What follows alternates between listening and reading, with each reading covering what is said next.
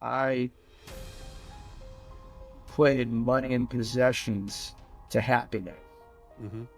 You know, here's what I've been doing. I've been taking money from one of my client accounts. I've been indicted. I'm most likely going to prison. So I knew taking money from the client, and if it took off, I would make more money than I could probably spend. Mm-hmm. And it didn't take off, and I knew when I took the money it was wrong. It wasn't the way I was raised. As messed up as that is.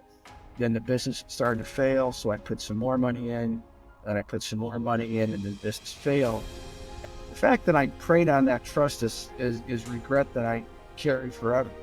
Even if it was really bad news, it was better than the unknown because I could start working through that. One of the many mistakes I made along the way, Brent, I didn't have the courage to go to the family and say, well, we can't live this way anymore. Right. You find your way around. They kind of give you the inmate rules. How did you do your time? Welcome back, Nightmare Success In-N-Out listeners. This is where you come for what happens when your worst fear becomes your reality. How do you adapt, survive, overcome, set yourself free? Hey, don't forget out there to hit that follow button, subscribe, share, like, comment. I appreciate all that. Very grateful for that. So folks, I've got another great guest. If you guys have been following along, we've had a string of them here.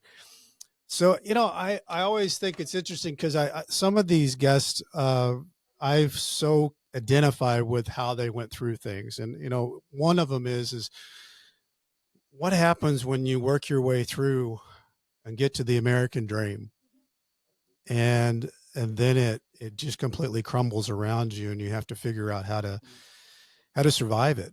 And my guest, Bill Carlson, he was, he started as a stockbroker in 1986, did really well, did so well that he was able to establish his own investment firm in 2004. He was even able to name that firm after his grandfather, Victor.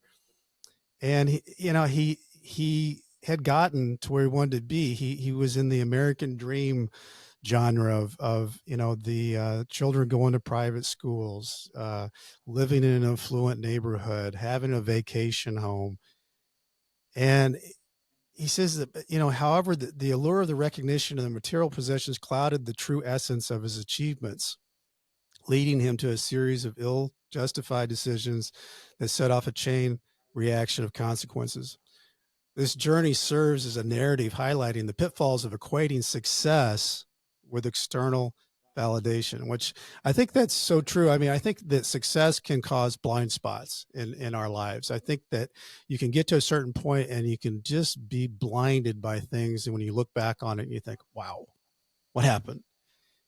Well, in 2017, everything caught up to Bill and he was sentenced to federal prison for mail fraud. During his time behind bars, he embarked on a profound journey of self-discovery, and he was driven by a fundamental question posed by his daughter. Dad, what were you thinking? And it really caused him to reflect on everything that happened and how he made the choices he made, the motivation behind the choices that he made. But he had to figure a path forward. And Bill today, he channels his experiences into empowering audiences of all ages with invaluable insights gleaned from his personal odyssey. Through a blend of lived experiences, research-backed knowledge, and candid storytelling, Bill inspires individuals to navigate ethical dilemmas, cultivate gratitude, and embrace a holistic approach to life's challenges. So I think it's so great when people can take their journey, take their experiences of what they've lived through, what they're living through, and give it to other people to help them. I can't wait to unpack all of this with Bill. Before we do, I want to recognize our show sponsor, Auto Plaza Direct. Who likes spending a couple of weekends walking car lots, looking for a car? Then you spend 4 or 5 hours in the dealership to buy a car. It's kind of like a root canal appointment. Well, there's a better way to take away all that pain and hassle of getting a car. It's called Auto Plaza Direct. They're your personal car concierge. Just tell them the car you want, what you can pay, and they'll go find that car for you. They'll negotiate your best price. They also offer you warranties and financing. It's all full service. Go to autoplazadirect.com to get started with your personal car concierge, the new hassle-free way, the car buying experience you deserve. Auto Plaza Direct. Tell them Brent from Nightmare Success sent you. Okay, Bill, welcome. Thank you for being here. Thank you for having me, Brent. We probably should have hit the record button about 15 minutes ago. We had a good talk. Sometimes I think, when we do that, I think that I should probably hit the record button so I can go back and edit and do. But Bill, you have been, and I do identify with your journey, and it's always interesting to sit in my seat when I interview, and I can identify with so many things that you went through. But walk us back a little bit. What growing up, the Bill Carlson growing up as a kid, what was going on in your world? I mean, I grew up in the city of Chicago, and for those of you that are familiar with the city, I grew up about a mile from Cassity Park, which today I think they call Beardsy Raider, whatever they call it. I still call it Cassity. And we lived in a tree flat. That's a 3-story building with 3 apartments. My grandparents owned the building, and they had 3 daughters. One aunt who never married lived with them. My mother and our family lived on the 2nd floor, and then their 3rd daughter and their 1 child lived on the 3rd floor.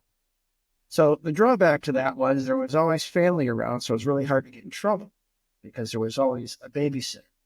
But it was, it was a lower middle class neighborhood. But I had parents that were always there. I went to Catholic grade school, Catholic high school, got to go away for college. So it was, I grew up with every blessing you could have as a child. It's not that we didn't have a lot of money, but we didn't know we didn't have a lot. Right. You ate, you knew your parents loved you. We had a small summer house in Wisconsin that my grandmother, my dad's mother, had given him.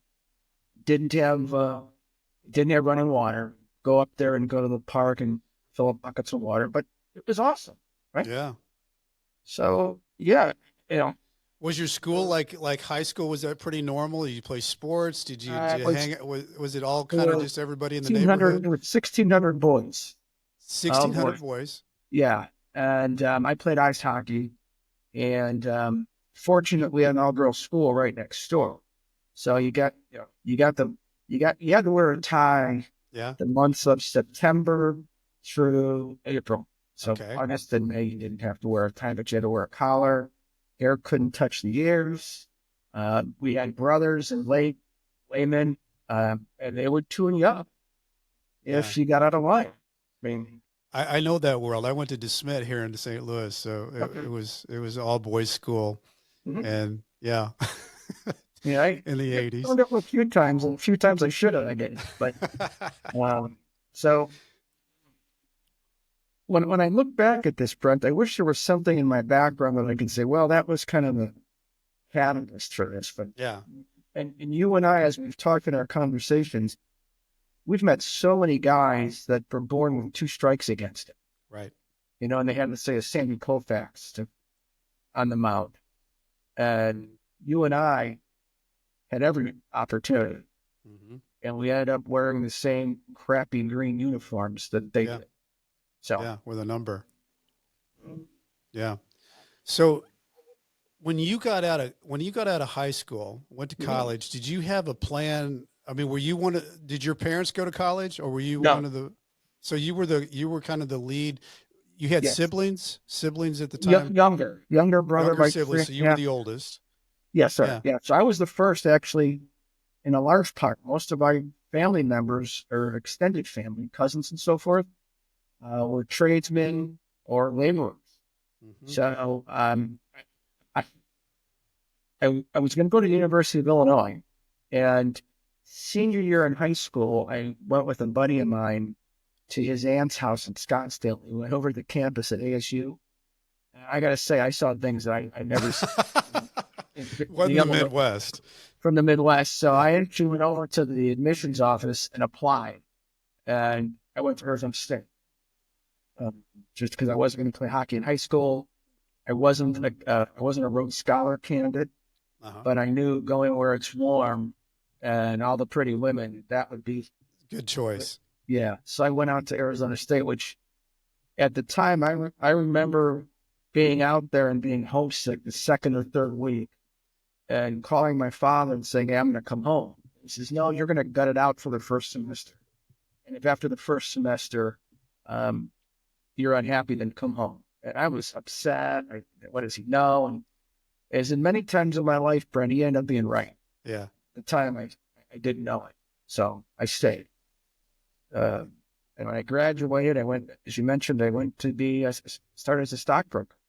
Now, did you, going into that, Bill, did you, because a stockbroker, you know, you got to be pretty good with numbers. You got to know something a little bit about the finance. You also got to have a kind of a sales piece to you. Was that something you were drawn to of somebody that you knew, or was it just something you thought, I got all those boxes checked, that's what I should be?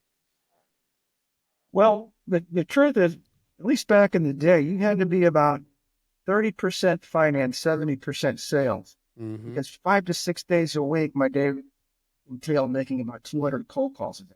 Mm-hmm. That was the day you're nodding your head, we're about the age, and if you were in anything back then, you could cold call. Right. And I didn't have money to buy lists, so I'd go down to the ASU library and photocopy pages from Scottsdale, Nice Mesa, Tempe, some of the nicer areas, and just start pounding the phone. And 200 calls or so a day, you hoped 7 to 10 people said, yeah, I'll be interested to hear from you when you have something. It's a good education, though, and a ability to take rejection. I mean, oh man, I did that when I think I was 16 years old, and I was helping out my dad who had a company, and I was making sales calls to set up appointments for his salespeople. Mm-hmm. And it's funny how you really do learn a certain rhythm and flow to, like, one of the things that I learned was that I continued to use as an adult, as we were building the company, is I found out that if I called somebody on the phone and I apologized to them first, just apologize, Bill, hey, I'm sorry. I was supposed to get to you yesterday and drop this information off. I ran out of time. What would be a good time to come by and bring that to you, in the morning or the afternoon?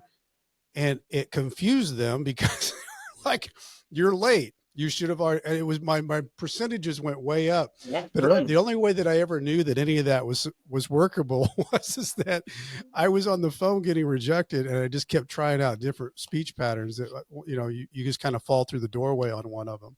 Yeah, no, you become resilient, and you have to learn early on that they're not rejecting you. Right. That's not personal. Many of them, if they saw you on the side of the road, would stop and help. Right. Darn it, I have some of these nice old retired grandmothers say stuff to me that, you know, you wouldn't think my old hockey coach would say. So yeah, right. So you get along on this way, but you actually, you know, as I read your bio, you did well. You started progressing in this world that was one that I didn't want to. The reason I say that, Bill, is it's one of those worlds where a lot of people don't, and that told me a lot about your resilience and in your personality, because there's a big failure rate in that world.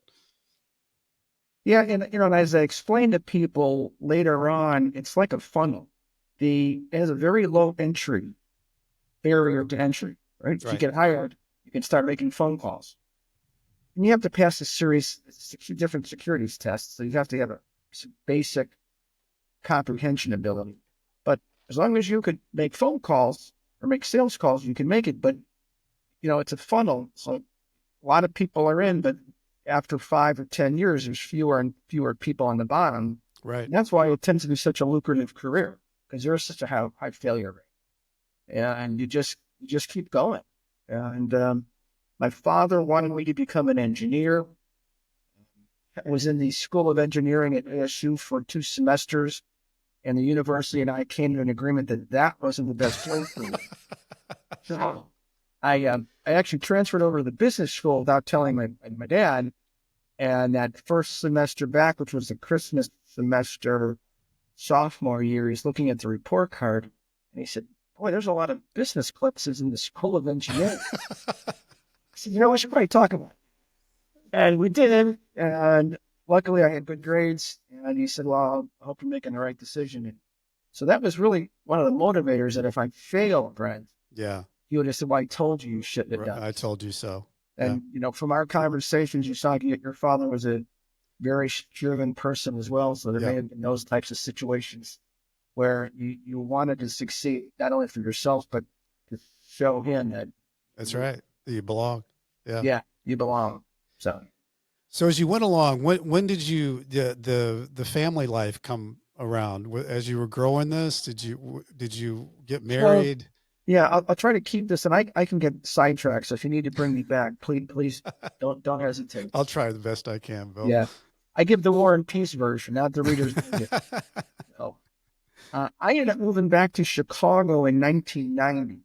I become homesick. I was dating a woman. We were serious. I didn't see myself raising people in Phoenix at the time, although there was good boys' school, Brophy, and I can't remember the all-girls school. But so I had a job opportunity through a family friend to come back and work at Harris Bank. Actually, it was to work for a company back in the early 90s. Banks couldn't sell annuities or mutual funds. Right. So they had to go through a third-party firm. So I had the opportunity. They had the Harris account down in downtown Chicago, right on LaSalle and Monroe. So we moved back in 90. My wife at the time, she wasn't my wife. My girlfriend was from Texas, and she didn't have much of a family connection there. So anyway, we moved back in 90, worked at Harris for a while, and then another bank. And then actually in 1998, I became the 11th salesperson hired by Fisher Investments.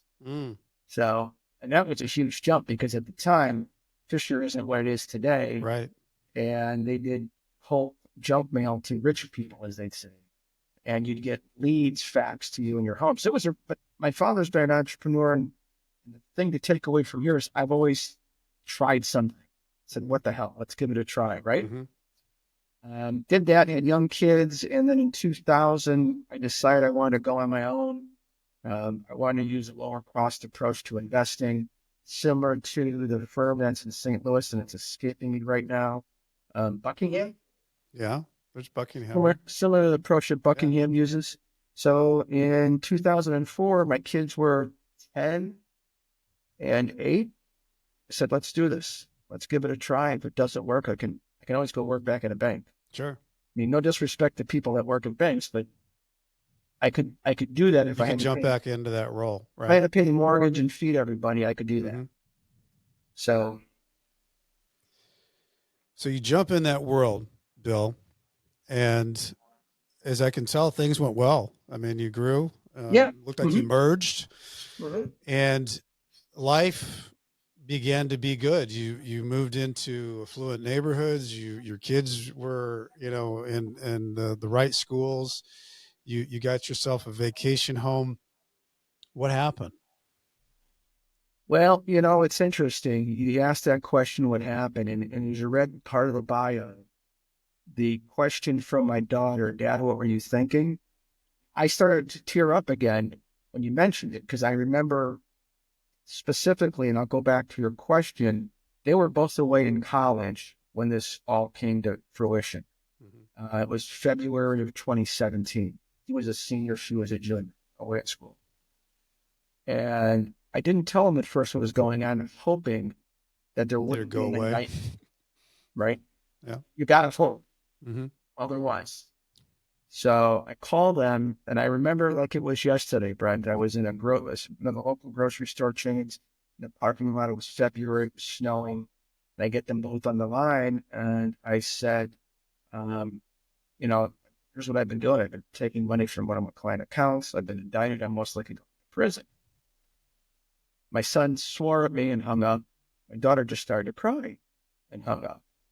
And the next day, she sent a text, and it simply read, Dad, what the hell were you thinking? And that was that life-changing moment. But so let me go back. And Bill, I know a little bit about your story too, so I don't want to jump ahead of you, but I think it's interesting too, though, when you were in that world of being around the rich and everything's moving and things are good. I also think that there's a way too, that there's a, like, you can justify certain movements. And I think one of the things that you were talking about is, oh, I could just take this money here. This is a good investment over here. I could get this business going. I'll put that right back. And as things move and grow and do, you start to rationalize things that aren't what they should You're be. rational. Right. You rationalize, yeah, and that's how it started. Is I had a business opportunity that I was confident was going to make it, and I'd been a little, I don't want to say souring on the investment business, but it wasn't as fun as it had been. You know, there was a pressure on pricing, and so my plan was, if I could get this business venture off and it does well, I could sell some of my book to my existing partners, keep a handful of the clients who I really had just a wonderful relationship with. Mm-hmm. That was the plan.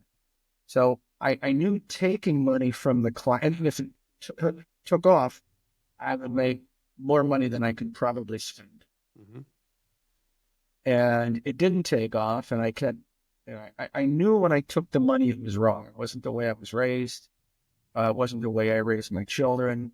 But as you just said, you kind of justify it. As messed up as that is. As my daughter said, what were you thinking? What were you thinking? But you justify. And then the business started to fail, so I put some more money in, and I put some more money in, and the business failed. And one of the many mistakes I made along the way, Brent, I didn't have the courage to go to the family and say, well, we can't live this way anymore. Right.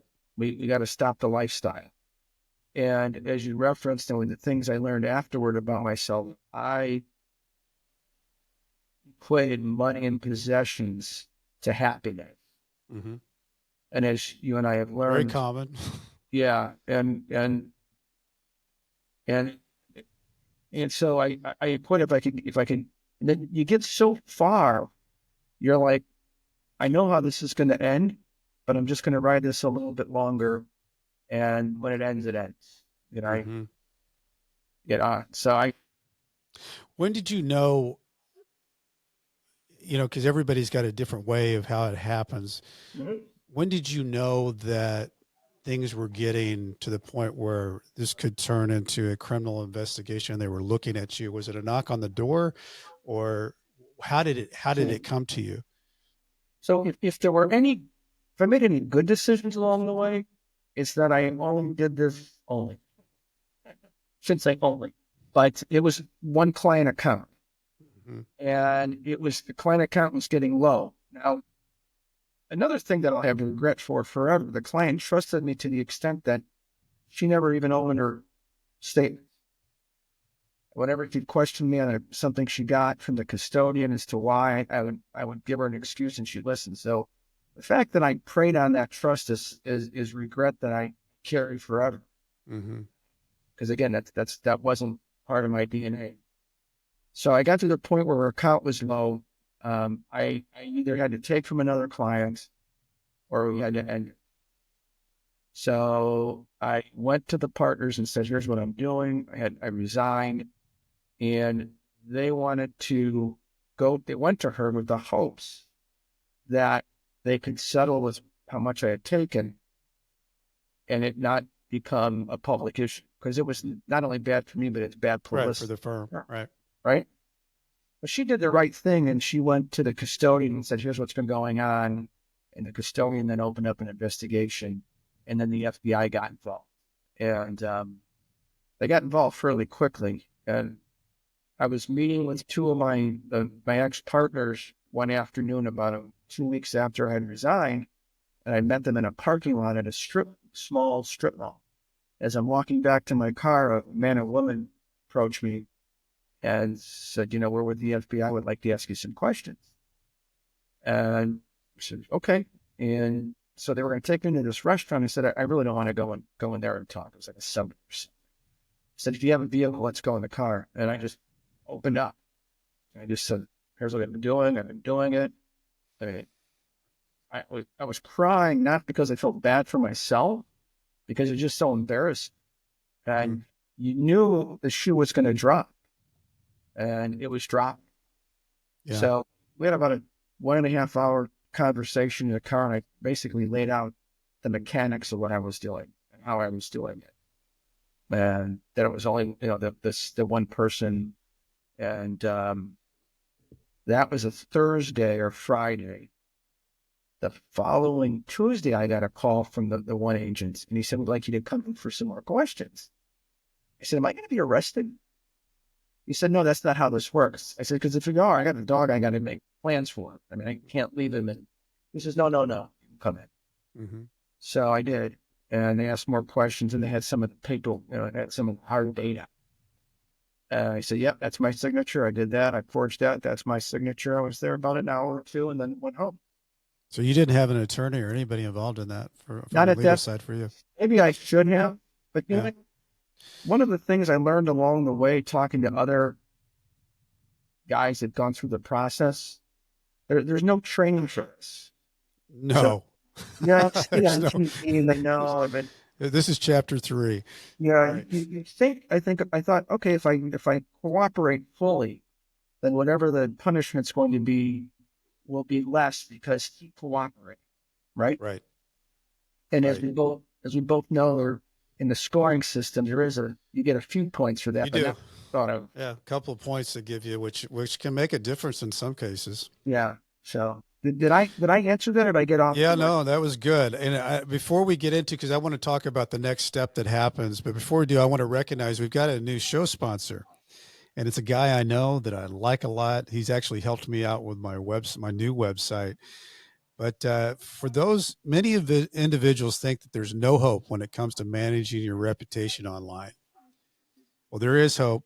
It's called Online Reputation Solutions, and they can help you whether you're building a reputation from scratch, repairing your search results after a negative news story, or even if you're just trying to position yourself a little bit better against your business competition. Online Reputation Solutions can also help how you're being portrayed on popular AI services like ChatGPT, which is a whole new thing. I actually put my name in there the other day. I was shocked at how it comes out. But interesting. To learn more, visit onlinereputation.solutions. It's not .com, it's .solutions. Onlinereputation.solutions. They're even launching a do-it-yourself SEO option, a course for individuals who want to take on their search results on their own budget and speed. Listeners of Nightmare Success can take $100 off the DIY SEO service with coupon code Nightmare Success. So check this out. Drew Chapin is a guy that knows his stuff.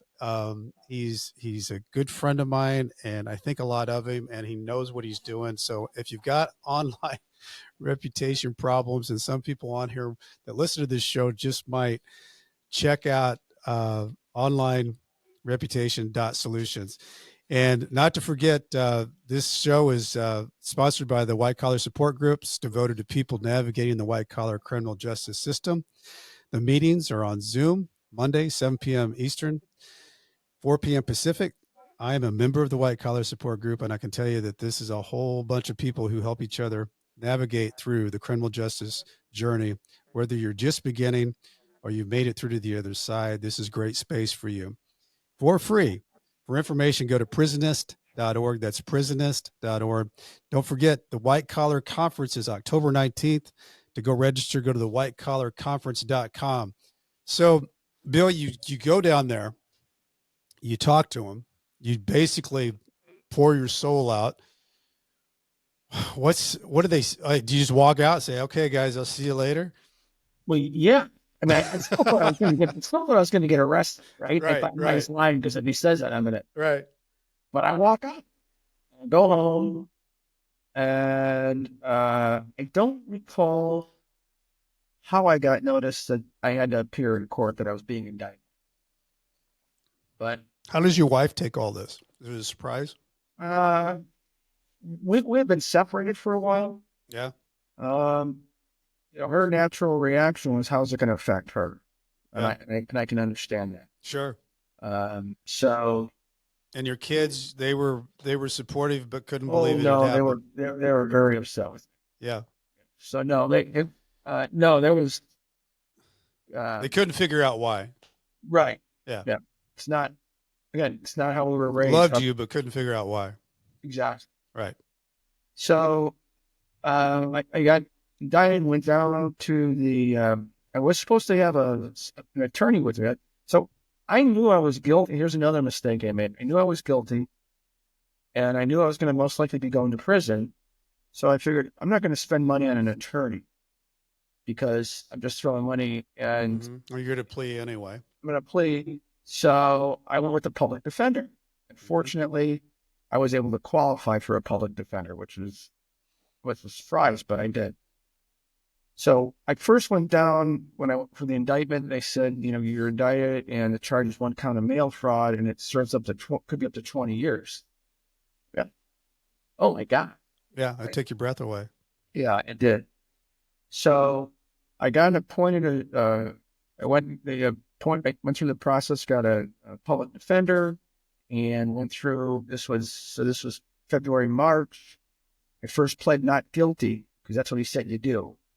That was March, April. And then we went through the summer. I eventually pled guilty in August of 2017. Okay. So it went pretty quick. Yeah. Well, I wanted it to because I just wanted, let's get this over. Going. It's kind of like when you were a kid and you're going to get punished. Let's just get it over. Let's get it going. Spanking or if it's grounding, let's do it. Let's get going on this. And, like a lot of us do that had never been in prison. We start searching and looking at all what prisons do you go to? And I was relieved to find out I'd been going to a camp. And then we did our pre-sentence report. And the way he prepared me for it, he said, this is your time to tell your story. Well, as we learn afterwards, that's probably not the best advice going into the PSR. So went through it. She came out, and her recommendation was not to vary off because good or bad. So I was in for sentencing on the day before my birthday in December, and my range was 51 to 65 months. Okay. 60 months. I forget what it was. About 5 years. Yes. And the attorney said they do it in months, so it's always it's confusing when you get sentenced because you have to back out. Okay, let's see, it's 36. No, that's 60, and then 120. That's 10. You're like, especially when you hear the guys that get big numbers, triple. Yeah, right? No, it's scary. They don't do it in years. No, months. They do it in months. So I got. Before I went in, we had the meeting with the attorney. My dad, he was supportive. He was a parent. He was supportive through the whole way. And so was my mother. And he said, we think you're going to get 1 year to 2 years. Just even though I knew what my range was, he kept saying the judge can vary from that. You don't have record. He's cooperating, blah. Well, the judge says you got 55 months. That's a little bit more. Math wasn't a math whiz, but that's more than 1 to 2 years. That's more than 1 to 2 years. So I was scheduled to self-surrender on January 22nd of 20. So what was going through your mind, Bill, the day before you're getting ready? Because everybody's kind of got a different story about that. But what was going on inside your head? That's a good question. Maybe you're so afraid of the unknown. Yeah. I was pretty confident there wasn't going to be violence because if you can get moved to a low. Yeah. The stuff you think about, the sexual, there wasn't going to be that. Yeah. You just don't know. No, it's the unknowns. I mean, I often talk to people because of this show. I talk to people that'll call me and ask me questions that they're getting ready to go in. And I say, it's really something in my experience, even if it was really bad news, it was better than the unknown because I could start working through that. Yeah, that's a good point. The unknown is the scary part. The unknown is the thing that's the most fearful because your mind can make it out so much worse than it can ever be. And, I'd just rather know what it is so I can start biting that off and dealing with it, even if it's really bad. Right. Because whatever the unknown is worse. We tend to, as humans, a lot of time we will go through and make it worse than it is. Yeah. Why we do that, I don't know. Nothing as bad as your mind makes it out to be, not even prison. One interest, so my father drove me up to Duluth, which is a 6-hour ride from Chicago. So that was a Tuesday. I had to self-surrender. We drove that Monday. I may have mentioned this to you in one of our talks. We ended up driving through one of the worst snowstorms in central Wisconsin in like 10 years. Mm-hmm. We were doing 20 miles an hour at some point, and you just couldn't see. And I said, wouldn't that be irony if we get in an accident and I die driving to prison? Yeah. Or what if we get stuck? You can't get there. If you don't show up, you're not there. It's your designated time. Yeah. We got through it, fortunately. I went out and had a nice dinner and got up the next day, and I actually had steak left. Sat down. I couldn't eat. I was so nervous.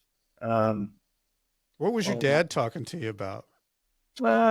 He wasn't talking much, which is unusual because he's a talker. Mm-hmm. It was just kind of quiet.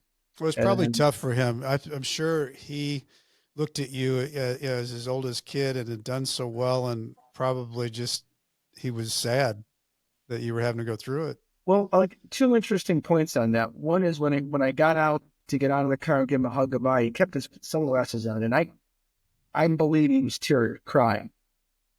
I don't have proof, but I think there was a sadness, and he a few times when we would talk when I was away, he would say how he blamed himself. I said, "Stop! I'm a 50-some-year-old man. Don't do that." I mean, so yeah, you know it's serious when you go through and the door slams and they say, "Okay, strip and spread your cheeks, squat and come." You're like, that's when you know that you're getting not Kansas anymore. Right, you're getting prisonized. Yeah. So tell us about that, Bill. You walk through. You strip down. Yeah. Your first day. How do you walk through it? Well, you go through the processing, and it's pretty, not eventful. I'm sure you've never been in a situation like this. I've never been handcuffed to my life. Right. I still hadn't been handcuffed through the whole thing. Right. Maybe a speeding ticket or two along the way. But so they sat with my counselor, which was really a misnomer, as we learned, right? And I walked through, and he asked you a bunch of questions, and you go over to medical and go through that. I realized I was in a different place when I sat down at the dentist, and one of the first things he said is he's got all his teeth as they're taking notes. I'm like, okay, right? Most people, maybe if you lost one or two, anyway. So the first room they just pull teeth when you get there. I saw so many guys the tooth probably came back without a tooth. Yeah, there is that story. The first room they put me in was a 6-man room. I was the 6th man, and I'm pretty sure not one of those other guys were white collar offenders. Mm-hmm. So over time, the guy that I was on top of him, I was bunk on top of him. Great guy from Chicago, started in the USP and worked his way down over the years. Mm-hmm. The first couple of days, he kept me from doing really stupid stuff. Mm-hmm. You just don't know. Mm-hmm. Like when I went to the laundry to get my clothes, when I came back, I had the bag and I set it on its bed. Right. Bill, you never cook. Don't do that. On another man's bed. Respect. So he worked. Those are the inmate rules. They give you the prison rule handbook, but the inmate rules are what you have to live by, right? And when I tell people, it's akin to being a newborn on a new planet. Yeah. Because all the norms that you and I and most of us that haven't been incarcerated are familiar with are thrown out. Right. And things that don't make any sense at all are the unwritten rule. Yeah. And primitive environment. Also, we talked about this. You find people that are very kind, mm-hmm. and it's surprising. You get there, they give you those slippers, the blue slippers, and I'm in Duluth, Minnesota. It's January, so it's probably 0 or worse outside and snowing, and you've got in the super lightweight clothes. You got guys giving you shoes, giving you sweatpants, a sweatshirt before you can get the commissary and buy things. And I have some good friends that I met up there, and we talk not regularly about the experience, but we talk in, it's almost like it's a different life at some time. A different, it's almost because you think back to those days and how, I say, scared or how unsure you were, but you got through it. Mm-hmm.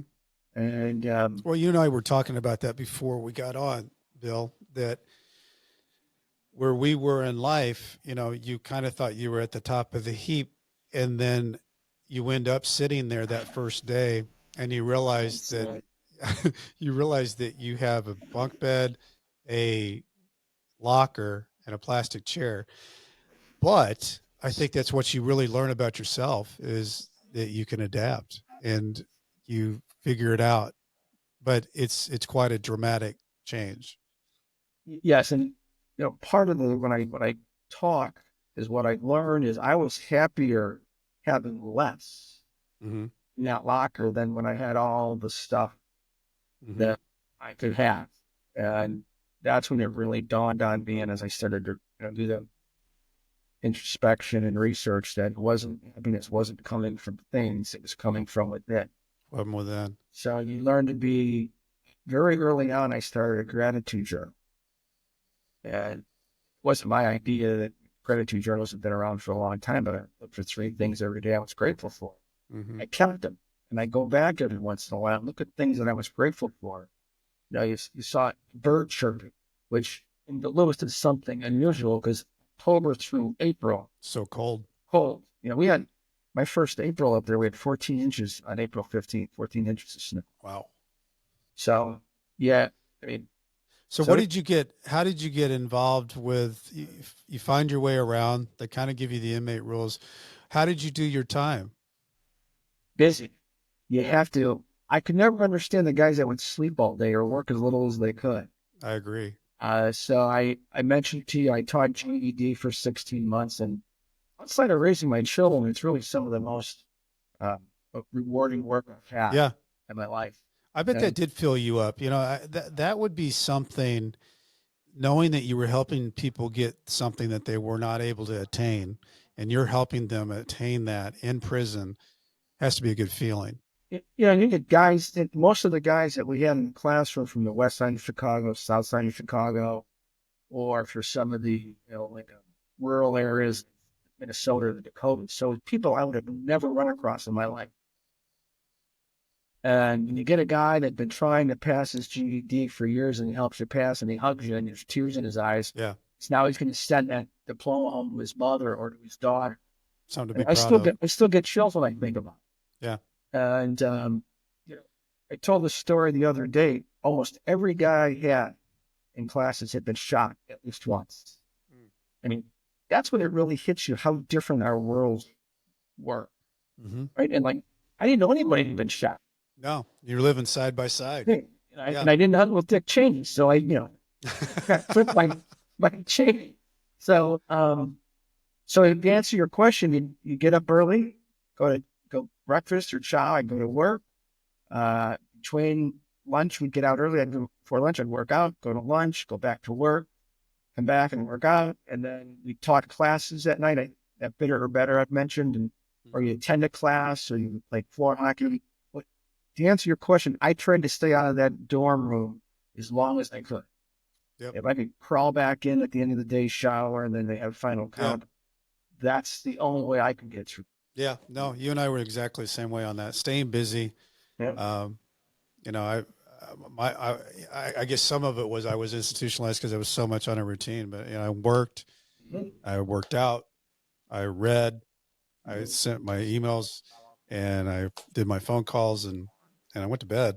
And I was usually pretty tired because the stuff I was doing would make me tired. And it's funny you say that about the journal. I didn't do a journal.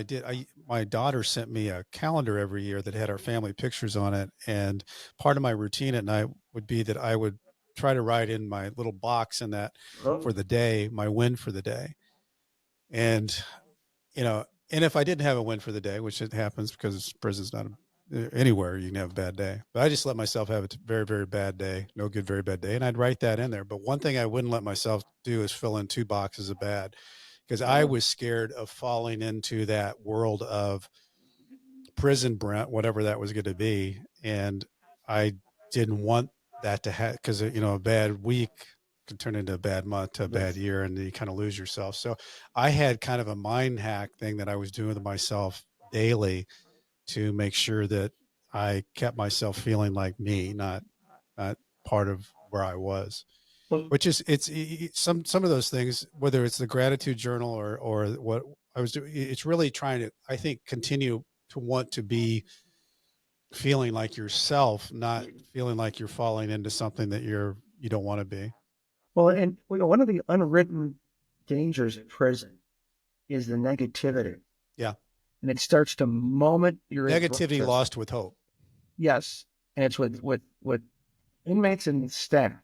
Mm-hmm. And to the point, if you're not attuned to that, it is so easy to fall into. Call it institutionalized or what, but it's everywhere. It starts people complaining at breakfast in the morning at 6:15. Mm-hmm. Staff, and then lunch, and wherever you're at. And but you know what I think's interesting about that, though, Bill, is when you get out, you realize that there's a whole bunch of people institutionalized on the outside. They start talking about how negative it is, you know, their job, their marriage, their childhood, their whatever, their health crisis, whatever that is. It just so happens that you become so much more aware of it when you're in prison because there's nowhere else to go. You're captive to that situation. Good point. Yeah. So that's how I got through it. So you got through it, just staying busy, teaching the GED, kind of fulfilling yourself in that way that you were giving something back, being of service, which I think is such a big deal if you can do that while you were in prison, to do something that you feel like you're giving back. So when you get close to the door, that's a prison term, I guess, when you're getting close to getting out, what are you thinking? Well, this was a little different. Mine was because I was there during COVID. Okay. So I believe in one of our past conversations, I mentioned I put in for a transfer when I was at Duluth to get closer to Chicago. Mm-hmm. Well, Oxford had a camp in Oxford, Wisconsin, which was much closer. So I put as my two choices, Oxford number 1, Terre Haute number 2. So as the BOP does, they send me to Terre Haute. Closer than Duluth, but still not. And I know that sounds like I'm complaining in prison, so it's not, it's not Club Med or so. Anyway, right. I'm down in Terre Haute, completely different experiences we talked about. The president at the time signs the CARES Act because of COVID, and it was to reduce some of the population in the prisons. Mm-hmm. Part of the stipulations of the CARES Act, 50% of your time. No sex, crime in the past, no violence, no major disciplinary. You can serve the remaining portion of your time on home confinement. Mm-hmm. So May of 2020, I had hit my 50% mark. Paperwork in. Gosh, and that's really kind of right where COVID was, wasn't it? March was when COVID started. Yeah. So what they did, and I'm getting to a long point to answer your question, is what they did is you had to go 3 weeks in confinement before you went home, and they'd test you a few times. Well, this is how confinement worked. It was one of the wings, and guys would come in and stay there, and then they'd bring more guys in. So let's say I was going out in 3 weeks, and you were already in for a week and a half. I'd still come in, and they'd mix us together. Mm. And so it was 3 weeks. I got to work out 2 or 3 times a day. But you knew you were going home. Mm-hmm. So it was, you kind of heard it was bad on the outside, but however bad it was at home, it wasn't as bad as being in. Sure. I had a room to myself because there was maybe 15 guys on the wing or 20 guys just waiting to get home. And excited, nervous. But you really didn't have any idea, though, did you, Bill? Like they would just call your name, say you're up. Well, you knew what day it was. Or they did tell you what day it was. Oh, okay. Yeah. They had to. So what they had to do is they had to know the day you were going to be released. They had to get you in there 3 weeks before. Okay. So you knew when you were being called to that dorm confinement that you had basically a 3-week span. Well, so here's unless you got sick. Here's a little interesting side note. They had the death house, or they do in Terre Haute. That's where they execute federal prison. The day before I was to go into confinement, they schedule an execution, and they hadn't. So they took all of us and put us in a garage because they were afraid we were going to take pictures of what. So we're in a garage. We ended up being in there almost 24 hours. Wow. I get out in the morning. That's the day I'm supposed to go over to sign in. And so my case manager, who was actually a really good guy, I said, hey, I need to get over there today. If I don't, is that going to screw up it's not my 3 weeks? He says, yes. And fortunately, he pushed it through. So he called me, got all my stuff, and went over and started my 3 week in confinement with other guys that had been in for weeks. Yeah. So you get out, but you get out released through basically the world is shut down. Yeah. What was that like? Well, it was a lot better because I wasn't in prison. Yeah. So, I didn't have to wear shoes in the shower. Yeah. I didn't have to get up at 9 for counts. Yeah. I had an ankle bracelet. So I served the last 16 months on home confinement, but I was able to work. Any of us that have been on home confinement know that it's confining. Pardon? It is confining. It is confining. I was on for 6 months, and there's certain things that it's a mental thing too.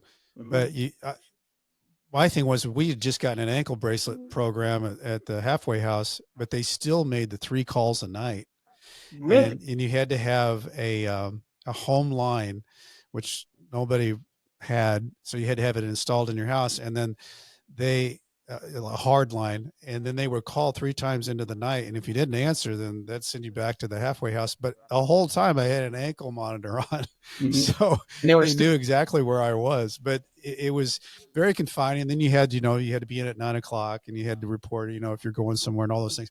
It's home confinement definitely is better than prison for sure, way. But it's pretty constraining too, because you're really straddling the fence. Halfway house is that way, and home confinement is that way. You're seeing freedom, but you're not feeling totally free. Right. Yeah. You couldn't visit other houses. So I had a family member that passed away, and they wouldn't let me go to the funeral. And interesting, my case manager asked to speak. They wouldn't let you go to the funeral while you were on home confinement? Correct. Wow. I think it was because of COVID at the time, not because of but so you had those stipulations that, but stipulations on top of stipulations. Yeah. But again, it wasn't prison. So, when I became frustrated, I thought about the alternative, and the alternative is I would have been right. Yeah. Great way to balance that out. Sorry about that. That's okay. I've got dogs at home. It's okay. But the thing about it is, Bill, what did you do because they tell you get a job, you get out. How did you start working your way back into society? Well, I've been very blessed in my life, and my family has an engineering and construction business. So in the 7 months when I was on pretrial services, I went to work for them, sales. It's a very specialized niche that I won't bore your viewers with. But one of the things, if you can sell investment services, you can sell practically anything. That's right. You're selling an inanimate sales is sales. It is. And so I got in, did really well with them. When I got home, there was a job there for me. That's fantastic. And, so again, I've been blessed along the way so many times. And so. How long have you been home? August of 20. Okay. A little over 4 years. Yeah, 4 years. And it sounds like you're doing some things where you're speaking and trying to get out, kind of doing a side hustle of what you like as a passion. Yeah, the passion is speaking. And so far, Brent, I've been, as I mentioned, at Clemson University, the Rutland Institute for Ethics, Booth School here at the University of Chicago, Fordham University, through a connection, Northern Illinois University, and this January I'll be speaking at Yale, which is kind of exciting. That's awesome. I love doing that. I love getting in front of the students. Yeah. I like that too. Trying to work that more into the commercial market because Yeah, I love doing it. Why not make a living doing it? And sure. I know it's a different way of offering ethics training. Most Yeah, ethics training is built around this is unethical behavior. This is why you shouldn't do it. This is the penalties. And what I learned in my journey for myself is that if you need to understand, I hate the phrase root cause. I've been in investment business for almost 30 years, and I went through ethics training and uh, compliance training. But you never talked about what's the pressure? Why do you do that? yeah. What makes you do that? Yeah, and I hope if I would have recognized all that I had, and I say this, if I would have recognized all that I had to be grateful for in my life, none of which had to do with possessions, healthy children, Yeah, very supportive mother, spouse, yeah, good parents, family, my health. yeah, Nothing had to do with size of house, summer house, car. I would have recognized I was very wealthy. yeah. And the pressure to do what I did, and it isn't an excuse. Right. It was an internal pressure that more is better. And it isn't. And we developed a course. This gentleman and I met early on. He's actually a guy from Chicago originally, but lived up north. Very parallel lives, and we were on the same journey to better ourselves. So through research, through challenging each other, we developed a course that we taught to other inmates. We entitled it "Bitter or Better: Finding Happiness and Gratitude in Prison and Beyond." And I'll I tell you like what, that that. was I like the phrasing of that. that course ended up being like a laboratory, if you will, because the population, the demographics was about 20% white collar, 15%. The other was, I like to call them non-white collar. Mm-hmm. I don't like to use the term drug, right? Yeah. And what we found was, regardless of what got you there was what you knew, right? Mm-hmm. White collar, or they knew the drug distribution or selling. That Mm-hmm. many of us were doing what we were doing, looking for that happiness outside of us.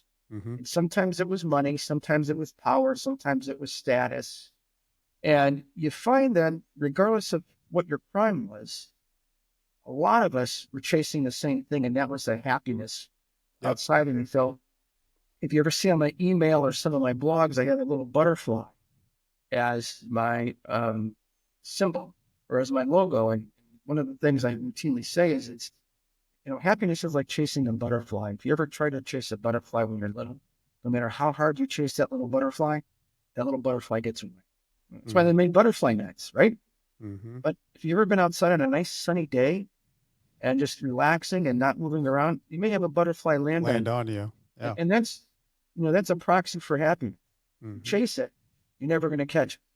But you let it come to you, you have a much better chance. And so what we talked about is gratitude. You mentioned willful blindness earlier. Mm-hmm.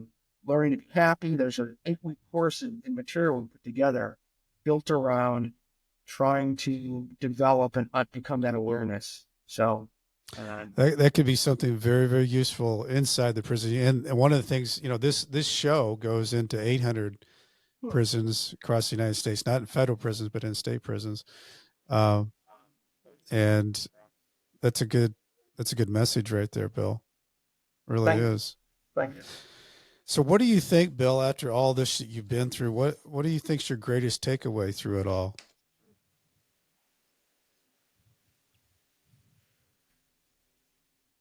I'm not a religious person, but I'm a spiritual person.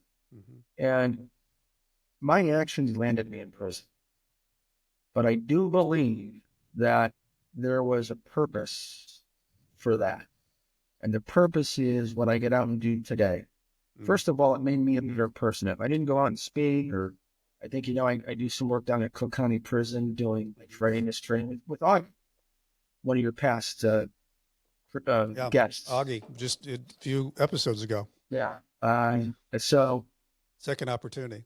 Yep. Second opportunity, doing great things. If I didn't do any of it, and I just focused on myself, it made me, I needed that break. Now, the regret is the baggage that it took along with it, hurting my family, my children, my client, my business partner. I wish I could separate those two. I can't. So Right. the takeaway on this is it made me a better person, and I needed an adult timeout. I don't know if I needed the time all the time. I shouldn't have. If I didn't want to do the time, I shouldn't have. But you're saying it gave you time to reflect Yeah, and recharge your mind into what you wanted to be, exactly. person you wanted to be. Yeah. And the person that my family deserved, the person that society deserved. And I also get out and speak. So I wouldn't have been doing that. I wouldn't have been going down speaking in front of students. And as you speak, you hope if you can affect one person in that room, just one, then it was well worth it.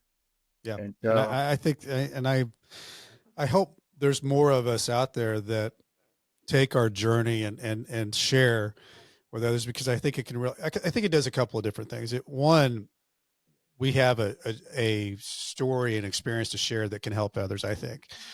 And two, I think the more that people understand what this ex-felon life is, that there's maybe a chance that they'll give more people second opportunities, second chances, because they understand the experience better. Because the reentry world is really tough. And, I probably am closer to it than most, because I get to talk to so many people that are going through it, that are coming out. But it's, for most people, I think the biggest surprise, nightmare of being taken down, nightmare of going to prison, but the kind of unfocused thing about it, or unknown thing, is the reentry part, because that's the part you got to figure out.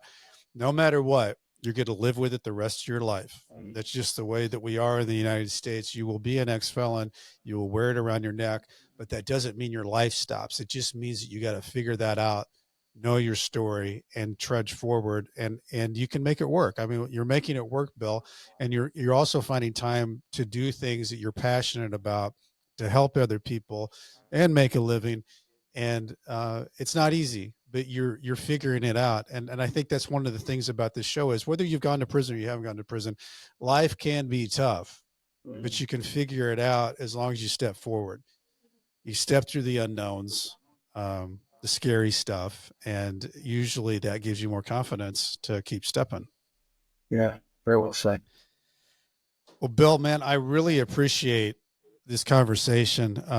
Since we got on the phone and talked, and before we got on today, it's just you and I share a lot of different things, and the way you tell your story and the authenticity that you come at it, I think a lot of people will get a lot from how you are living and how you're telling it.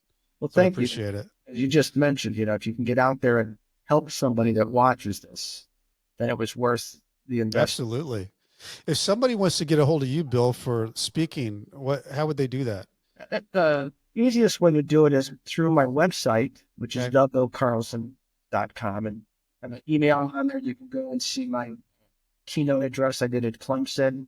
Yep. I have probably 30 or 35 blogs I've written on all sorts of topics around living in ethical excellence, important of gratitude, happiness, ways to practice that. And you can get a hold of me through there, and be happy to chat. Perfect. See where it goes. Or if you just want to talk, I love connecting with people. So connecting's great.